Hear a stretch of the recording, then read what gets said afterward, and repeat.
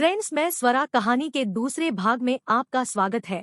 आशा करती हूँ कि इस कहानी का पहला भाग आपको पसंद आया होगा। अगर हमारे चैनल पर नए हैं और इस कहानी का पहला भाग आपने नहीं देखा है तो ऊपर दिए आई बटन कर क्लिक करके पहला भाग देख सकती है। कहानी शुरू करती हूँ। शाम के 8:30 बजे होंगे। वैभव की आवाज आई, दीपाली डिनर आ चुका है, नीचे आ जाओ। दीपाली नीचे आ जाओ शब्द सुनकर फिर मुस्कुराई। वह इस स्थिति का मजा भी ले रही थी, साथ ही साथ इन विशेष कामोद्दीपक परिस्थितियों में वह अपने मन को बकने से रोक भी रही थी। वह मिठाई की प्लेट लेकर नीचे उतरने लगी। उसको ऐसा लग रहा था जैसे उसके कदम भारी हो गए हैं। वैभव ने बहुत शानदार खाना मंगवा के डाइनिंग टेबल पर सजा दिया था और वैभव के मुंह में दीपाली और मिठाई दोनों को देखकर पानी आ रहा था। खाना खाते हुए दीपाली वैभव से नजरें चुराती रही और वैभव दीपाली को एक तक निहारता रहा। जब भी दीपाली ने चोरी से वैभव को देखना चाहा, हर बार उन दोनों की नजरें टकरा जाती और वैभव मुस्कुराने लगता और दीपाली झेम कर रह जाती। खाना खाते हुए इधर उधर की सामान्य बातें भी चलती रही। वैभव यही विचार कर रहा था कि अभी नहीं तो कभी नहीं वाला अवसर मिला है। खाने के बाद दीपाली ने मिठाई की प्लेट उठाकर वैभव के सामने लाते हुए कहा, वैभव जी मुंह मीठा कीजिए। वैभव ने मौका ताड़ हुए कहा, दीपाली जी मैं आपसे बड़ा जरूर हूँ पर इतना भी बड़ा नहीं हूँ कि हम दोस्त ना बन सके। मुझे वैभव कहो। दीपाली ने कहा, जी वैभव मिठाई लो। वैभव की मित्र वाली बात सुनकर और उसकी नियत को भांप कर दीपाली का चेहरा शर्म से लाल हो गया। वह समझ रही थी कि घटनाक्रम किस ओर बढ़ रहा था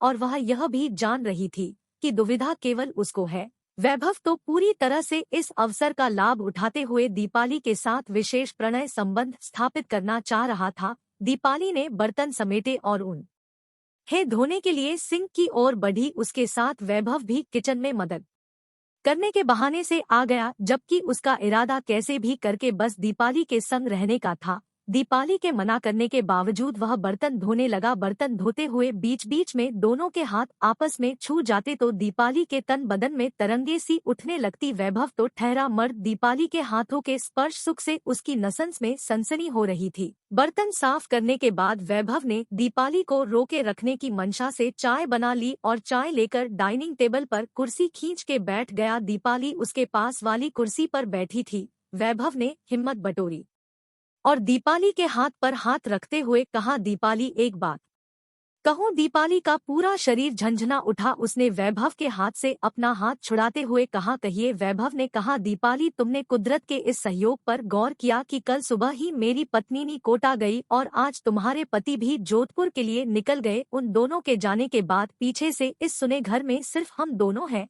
क्या तुम्हें यह नहीं लगा कि ईश्वर भी यह चाहती है कि हमें अपनी तन्हाई दूर करते हुए इस अवसर का लाभ उठाए? चाहिए जब से तुम इस मकान में आई हो मेरा दिल तुमसे मिलने के लिए तड़प रहा है। क्या तुम्हारे मन में भी मेरे लिए कुछ कोमल भावनाएं हैं या नहीं? दीपाली के मुंह से एक शब्द भी नहीं निकला। वह गूंगी गुड़िया सी बैठी सुनती और सोचती रही कि वैभव ने कैसे उसके सामने इतना सब बोल दिया। वैभव ने फिर कहा, दीपाली मेरी बात का जवाब दो। क्या मैं तुम्हें बिल्कुल पसंद नहीं? क्या हम इस वीराने में बाहर ला सकते हैं या नहीं? कुछ तो बोलो दीपाली ने कहा, आदित्य का फोन आने वाला है, मैं ऊपर जाती हूँ। और वह बिना कुछ जवाब दिए उठकर जाने लगी। पीछे से वैभव ने कहा, दीपाली मैं तुम्हारा इंतजार कर रहा हूँ। पर दीपाली दौड़कर वैभव के डाइनिंग हॉल से बाहर निकल के ऊपर चली गई और ऊपर जाकर पलंग पर निडल होकर गिर पड़ी। उसके कानों में अभी तक वैभव के प्रणय निवेदन के लिए कहे शब्द गूंज रहे थे। सुबह की उसकी छोटी सी चूक ने ऐसी स्थिति पैदा कर दी थी कि वह खुद नहीं समझ पा रही थी कि वह करना क्या चाहती है। उसने आदित्य के बारे में सोचा जो बहुत खुले विचारों और बड़े दिलवाला है। इतना ही नहीं, वह उसको जी जान से प्यार भी करता है। फिर उसका मन भटकने पर उदार क्यों है? क्या वह वैभव के प्रणय निवेदन को स्वीकार कर ले? क्या कुछ पलों का आनंद उसके जीवन को तनाव और दुख से भर तो नहीं देगा? क्या एक पर पुरुष के पास जाकर वह आदित्य की मोहब्बत का अपमान तो नहीं करेगी? इस पर उसके मन ने बहका वाला तर्क किया कि रोज घर का सारा खाना खाने वाला व्यक्ति जब कभी बाहर चाट पकड़ी पिज्जा बर्गर आदि खा लेता है तो क्या उससे घर के खाने का अपमान हो जाता है? क्या एक रात वैभव के साथ लेने से उसके मन में आदित्य के लिए जो प्यार है वह कम हो जाएगा। ब्लू वयो देखते हुए क्या हर स्त्री और पुरुष उससे कामोत्तेजना प्राप्त नहीं करता, उससे आनंद लेना क्या इंसान के मन में दबी हुई नए स्वाद की लालसा का परिणाम नहीं? क्या अंतर्वासना की पति पत्नी के प्रेम पर आधारित कोई एक भी कहानी ऐसी है जिसने पाठकों की कामुकता को बढ़ाया हो?